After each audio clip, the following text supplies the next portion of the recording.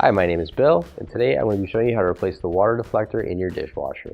The reason why you might have to do this is because it's lost, damaged, or missing, causing water to leak onto the floor from the door. Warning: before doing any repairs, please disconnect your power source. So this is the dishwasher we're going to be using for our demonstration. It's a Maytag. Keep in mind, ours might be a little bit different than what you have at home, but the same technique should still apply. So we'll open up our dishwasher here. And in both corners of the dishwasher right there, you'll have a little deflector, just a little rubber piece that pulls straight off like this.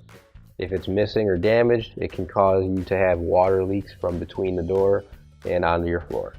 So we'll just take this one out. So now you can grab your new OEM replacement water deflector. If you don't have one already, you can find it on our online store. And all we have to do is slide it right onto that plastic tab right there. And it goes all the way down like that. And you can test it out by closing up your door. And once you run it, the water should stop leaking. Finally, don't forget to plug in your appliance.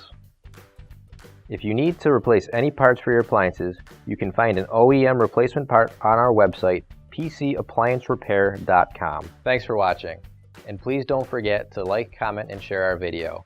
Also, don't forget to subscribe to our channel. Your support helps us make more videos just like these for you to watch for free.